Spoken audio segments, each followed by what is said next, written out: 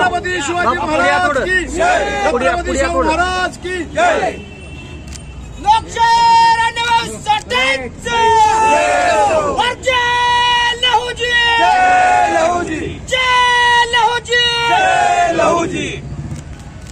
सर्वप्रथम साहित्य सम्राट लोकशाहीर अण्णाभाऊ साठे यांच्या जयंतीनिमित्त सर्व समाज बांधवांना हार्दिक शुभेच्छा देतो आणि सर्वांना सांगू इच्छितो की डॉक्टर लोकशाहीर अण्णाभाऊ साठे यांचा धाराशिव शहरामध्ये पूर्णाकृती पुतळा व्हावा म्हणून धाराशिव नगरपालिकेनं 2011ला पहिल्यांदा ठराव मंजूर केला।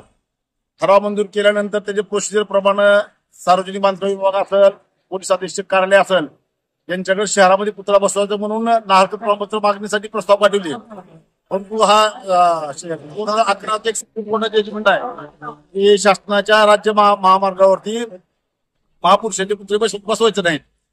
त्या जजमेंटचा आधार घेऊन दोन्ही कार्यालयाने आमची एनओसी नाकारली। त्यानंतर पुन्हा फेरविचार व्हावा म्हणून पुन्हा प्रस्ताव दाखल केला, त्यावेळेस त्यांनी नाकारली। त्यानंतर पुन्हा धाराशिव शहरातल्या जिल्ह्यातल्या सर्व समाज बांधवाची अण्णाभाऊ प्रेमीची एक बैठक झाली। बैठक झाल्यानंतर असं ठरलं की अण्णाभाऊ साठे चौकाच्या लगतची शासकीय दूध संघाची पडीक जागा आहे 11 एकर। त्या 11 एकर जागेपैकी रोडला लगत असणारी, चौकाला लगत असणारी 1 एकर जागा आपण शासनाकडे मागू। मग त्या संदर्भात अगोदर आम्ही दादासोबत चर्चा केली, आमदार राणादासोबत चर्चा केली। दादांनी त्याला होकार दिला, नगरपालिकेला प्रस्ताव सादर करायला सांगितला। त्याप्रमाणे नगरपालिकेच्या सर्वसाधारण सभेत ठराव घेणं जरुरी होतं, त्याप्रमाणे आम्ही ठरावही घेतला। ठराव मंजूर केल्यानंतर पुन्हा नगरपालिकेने रिस्तार जिल्हाधिकाऱ्याला प्रस्ताव पाठवला, जिल्हाधिकाऱ्यांना पुन्हा शासनाने प्रस्ताव पाठवला, शासनाने पुन्हा त्यामध्ये काय त्रुटी काढून प्रस्ताव माघारी पाठवून दिला। त्यानंतर पुन्हा असं प्रस्ताव पाठवून त्यांनी नाकारणं, प्रस्ताव पाठवून नाकारणं चालू होतं। त्यानंतर भाजप सरकार आले। भाजप सरकारच्या काळामध्ये नव्यानं फेरप्रस्ताव मागून घेतला। फेरप्रस्ताव मागून घेतल्यानंतर प्रशासनामधल्या काय निगेटिव्ह अधिकाऱ्यांनी, मंत्रालयीन अधिकाऱ्यांनी तो प्रस्ताव नाकारला। प्रस्ताव नाकारल्यानंतर राणादाची प्रबळ इच्छा होती, समाजाचा रेटा होता, सर्व अण्णाभाऊ प्रेमी रेटा होता, धाराशिव शहरामध्ये अण्णाभाऊचा पुतळा नाही ही शोकांतिका होती। म्हणून सर्व समाज बांधव आम्ही आमदार राणादाला भेटलो। त्यानंतर त्यांनी पशुसंवर्धन विभागाचे मंत्री सन्माननीय राधाकृष्ण विखे पाटील साहेब यांची भेट घेऊन त्यांना पुतळ्याचं महत्व सांगितलं, धाराशिव शहरात त्यांना पार्श्वभूमी सगळी सांगितली। मग त्यांनी सांगितलं पशुसंवर्धन मंत्री महोदयांनी त्याच्यावरती दोन सदस्यांची कमिटी बनवली।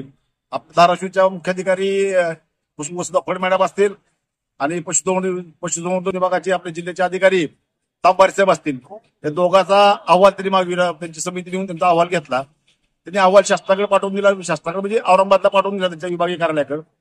विभागीय कार्यालयानं कालच्या 24 तारखेला आयुक्त कार्यालयाला मुंबईला पाठवून दिला, वरळीला। आयुक्त कार्यालयानं 26 तारखेला मंत्रालयामध्ये पाठवून दिला। मंत्रालयामध्ये डेस्क ऑफिसरनं पॉझिटिव्ह अतिशय मंत्री महोदयांनी त्याला निर्देश दिले की आपल्याला ही अण्णाभाऊसाठी जागा द्यायची अण्णाभाऊच्या पुतळ्याला आणि सविस्तर मान्य करून प्रस्ताव सादर करा म्हणून सांगितलं। पण त्यानंतर डेस्क ऑफिसरनं प्रस्ताव अतिशय सुंदर सादर केला। काल तिथल्या आवड सचिव आहेत पशुसंवर्धनच्या दबडे मॅडम म्हणून, त्यांचीही काल सही झाली। कालच्या तारखेमध्ये त्या विभागाच्या आवड सचिव यमगर मॅडम आहेत, अश्विनी यमगर मॅडम, त्यांचीही सही झाली आणि त्यांची सही होऊन त्या पशुसंवर्धनचे आणि महसूलचे सचिव राजेश कुमार साहेबांची काल सही झाली। राजेश कुमार साहेबांची सही होऊन काल ही प्रस्ताव अतिशय अंतिम टप्प्यात आहे। ही जागा प्रथम महसूल विभागाला वर्क करायची, महसूल विभागाकडून नगरपालिकेला वर्क करायची। म्हणजे 105व्या जयंतीपर्यंत पुतळा उभा राहील असं आपलं म्हणणं आहे।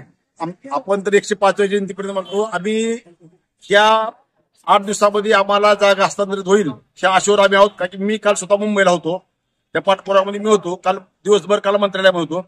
काल दिवसभर मध्ये त्या मंत्रालयीन अधिकाऱ्याचं, मंत्रालयीन कर्मचाऱ्याचं आणि मंत्री महोदयाचं ह्या विषयामध्ये जी पॉझिटिव्हपणा होता त्यामुळे मीच भारावून गेलो, कारण की अतिशय राणादादानं तळमळीनं ह्या विषयासाठी पाठपुरावा केलाय।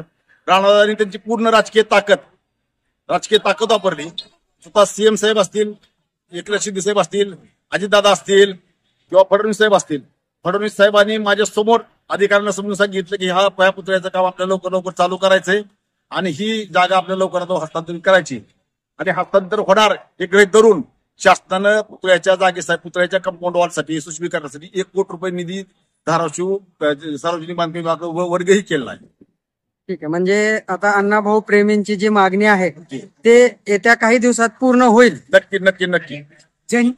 ही मागणी फक्त भाजप सरकार आणि महायुती सरकार पूर्ण करू शकते की आम्हाला खात्री आहे. कशामुळे खात्री आहे?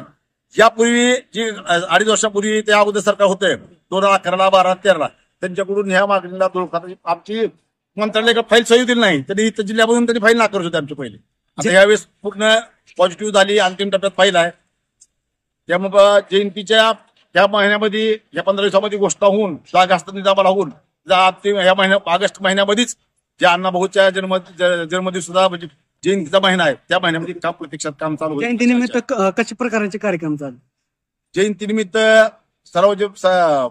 सर्व समाज बांधवाच्या वतीनं अभिवादन सभा, सर्व पक्षाच्या वतीनं अभिवादन सभा, खाऊ वाटप कोण घेतंय, साड्या वाटप आहेत, लहान मुलांना गणवेश वाटप आहेत, लहान मुलांना शालेय साहित्य वाटप आहेत, अण्णाभाऊंच्या प्रतिमेच्या अण्णाभाऊंच्या पुतळ्याच्या धाराशिव शहरातून मिरवणूक आहे, त्या रक्तदान शिबिर आहे, शासकीय रुग्णालयामध्ये फळ वाटपाचे कार्यक्रम आहेत. विविध कार्यक्रमांनी अण्णाभाऊची जयंती धाराशिव शहरामध्ये, धाराशिव जिल्ह्यामध्ये, महाराष्ट्रामध्ये अतिशय मोठ्या उत्साहात साजरी होत आहे. सर्वात महत्वाचं, सारथी पार्टीच्या धर्तीवर मातंग समाजासाठी महायुती सरकारनं अतिशय जिव्हाळ्याचा प्रश्न डॉक्टर लोकशाहीर अण्णाभाऊ साठे प्रशिक्षण संस्था आरटीची स्थापना केली. सारथी पार्टीच्या धर्तीवर आरटी स्थापना केली. आज नरिमन पॉइंटला अण्णाभाऊच्या जयंतीनिमित्त कार्यक्रम आहे. त्या कार्यक्रमामध्ये आज मुख्यमंत्री साहेब त्याच्या कार्यालयाचं उद्घाटन करतात. ही अतिशय चांगली बातमी आहे. पुन्हा महायुती सरकारचे आभार मानतो आणि सर्व समाज बांधवांना पुन्हा एकदा जयंतीच्या शुभेच्छा देतो.